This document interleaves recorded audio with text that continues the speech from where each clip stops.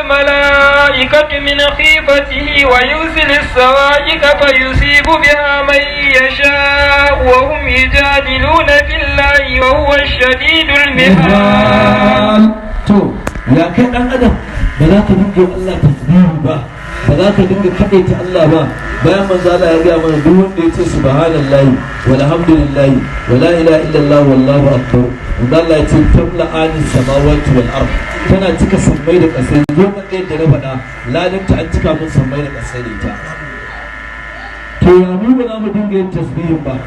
ko ga shi shugaban halitta kullum sai yayi wannan tasbihin su ɗani kullum sai yayi wannan subhanallah walhamdulillah wala ilaha illallah wallahu akbar kullum manzo Allah sai yi wanda gashi an ce mana inna batana laka fatan mubinan ya gafara laka Allah ma taqaddama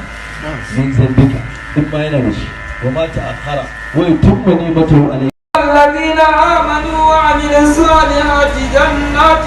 تجري من تحتها الأنهار خالدين فيها بإذن ربهم تحيتهم فيها سلام. وأدخل الذين آمنوا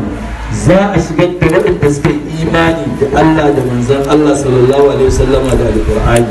Allah ya ce wa amilu salihati da ayyukansu na gari da suka yi jannati adni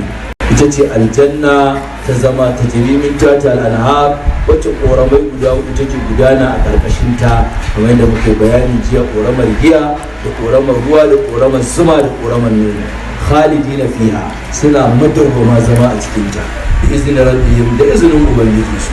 hiyatuhum gaisuwar da za a dinga yi a cikin aljanna insha Allah gaisuwar da za mu dinga yi fiya a cikin ta salam aminci ya tabbata assalamu alaikum